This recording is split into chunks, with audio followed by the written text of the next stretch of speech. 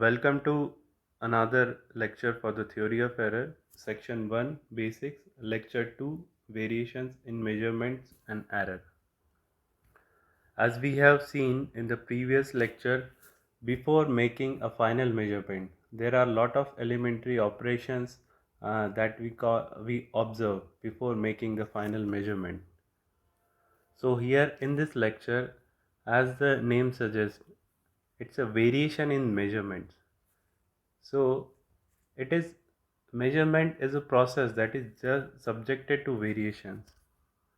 So just take the previous example of measuring a distance between point A and a point B. So if I measure a distance between point A and B, so when I was measuring the distance between point A and B, I was observing a lot of elementary operations like centering through the plumb bob over the point, and the pull should be proper and alignment should be proper, and the various standard observations I was making before saying that the distance between these 2 points is, let's say for example, 19.89 meter. So let's say we measured this distance at time movement at t1. Now if I again want to repeat the measurement, because generally we repeat the measurement to check whether the results are consistent or not. Let's say in the second time, if I again go and try to measure a distance, I will get 119.90 meter at the second instant of time. So this is called the variations in the measurement. Why this is happening? The very basic, before making a measurement we are observing, okay, a lot of elementary operations. So what is happening here? So let's say at the time t1, when a certain pull was applied, a certain temperature was there when you actually measured, and other different environmental conditions, and the observers were actually measured, and they got a distance 19.8. As the time passes over the period of time, let's say a temperature has been changed, where maybe it has not been accounted, the length of the tape has increased, and the observer's limitation to repeat the same thing, and okay, so one cannot exactly repeat the same set of elementary operations and can take the measurement. So due to this limitations of instrumentation and even the limitation of the observer, so nothing, in nothing can be repeated exactly. This all elementary operation cannot be repeated exactly. So due to this reason, when you finally measure, the variation is expected. There will definitely be variations in the final measurement. That means the final value whatever you will obtain when you measure a certain value, no, repeat the measurement, and you will get different values. This is called the variation in the measurement. Variation in measurement is a natural phenomena. So the small variation in the elementary operation like centering, leveling, and others causes the variation in measurement. One more example, we can see that when we do the leveling, so generally we take two sets of reading to find the difference between this point A and B, and we disturb this leveling instrument. So first we take the reading here, and then again take the reading here, and we get a difference value. Okay, it's a difference or the one value, and the second time again we take value here and we take value here on this stuff, and when we get the difference value, it differs a bit because we change this instrument setup. we move the instrument for the second reading. So it is highly unlikely, and it is always it happens.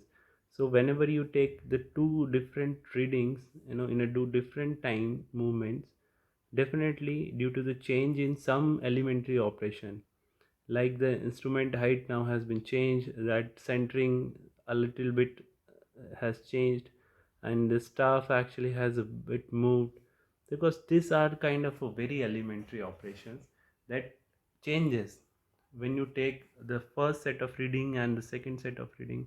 And due to this unavoidable small variations in the elementary operation, there will be, definitely there will be variations in the measurement.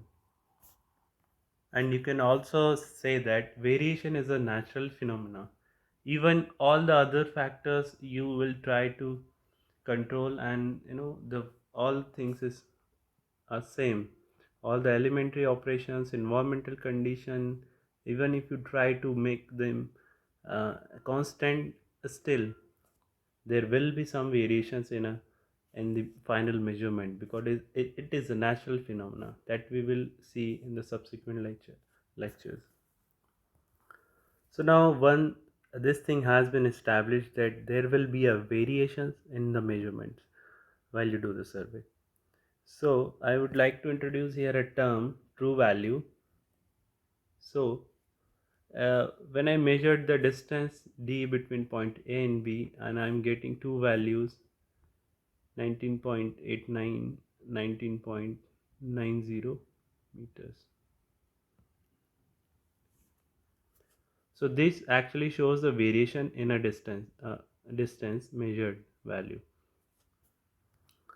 So whatsoever values, measured values we are getting, this we call as the estimated value of distance between A and B. Distance between A and B. So for the time being, just understand like a true value like that. If it is a very theoretical concept, true value. You will never know the true value, okay, of any measurement. Like suppose that I'm just considering I know a true value of distance between A and B, and I'm representing it through tau. So that the difference between the true value and the estimated value of the distance that we are actually getting through the measurement. So if I say it x, so now I would like to define what is the error. So error E. So error E is the true value minus observed value. So error is nothing but the deviation of a measurement of a measured value of a physical quantity from its true value.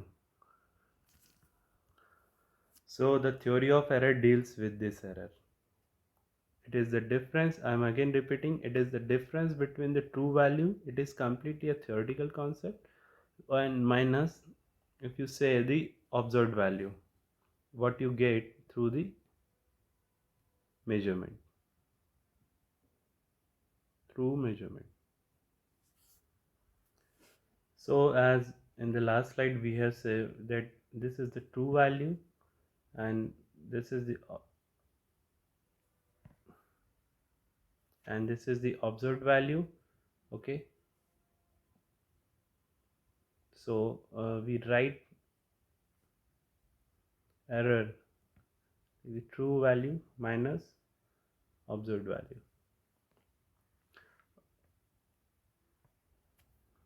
So if we look upon that, this is a true value is a theoretical,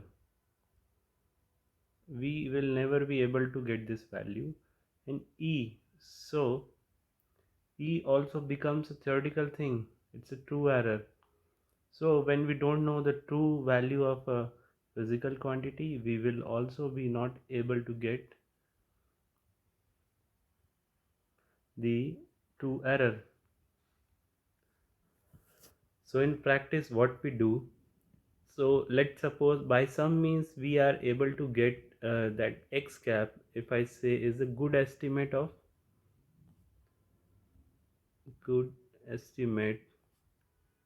tau. So I can say I am, rather than the true error, I'll say it's a new term, new del k, that is x cap minus. So here x cap is the good estimate of the tau and the nu is a residual. So what is residual? Residual is the difference between the best good estimated value for that measurement minus the single observations. So this represents the residual of that measurement, residual for that measurement. So we actually use this, and this is a theoretical thing, and we, rather than error, we most of the time work for this residual, and this is the good estimate of x. You can say the good estimate of x or the best estimate, and this is the observed value. So difference between these we call the residual. So the one additional point we can discuss here, that it is for sure that there will be error in the measurement. So no measurements are exact. So what to do to account for the errors in measurement? So this is one of the question, that why we should learn the theory of error and how we will apply. So once you know it is for sure the errors are there, so how do you account for those errors in the measurement? So generally we do some statistical analysis and find out the magnitude of error. After finding out the magnitude of error, if they are within tolerance, if they are acceptable, so the measurement finally get accepted. Even after acceptance of this measurement, we adjust them to fit the geometric model. So what I want to convey here, we will discuss in the later lectures in detail. What it is, I know what is the meaning of fit the geometric model. Let's, for an example, we are observing triangles. In a triangle, we are observing angles. So we have observed the angles, and we have finally got some values. So as per the geometric model, that angle A, angle B, and like the common C, this should be equal to the 180 degree. This that sentence conveys this meaning. So not only the measurements, after like error assessment have accepted and adjust, so an individual measurement had adjusted, but it should also satisfy the geometric model, underlying geometric model. In case of a triangle, like both the sorry the all the angles, when you add them, should be 180 degree. So the final adjustment should be in a way that it should also satisfy the geometric model. So the final key takeaway from this lecture is that variations in the measurement is a natural phenomenon. Whatsoever you do, there will be variations in the measurement. So due to all these variations in the measurement, there will be error. And we introduce a term as a true value here. So true value is a theoretical value that, in example, it was the distance between the A and B, but we never know the true value, so we never know the true error also. Okay, so the true error, theoretically you can say it's a difference between the true value of that physical quantity minus the measured value, but it's a theoretical concept. In practice or the reality, what we do, we take the best estimate of the that physical quantity. Let's say in our example case, it was the distance between A and B.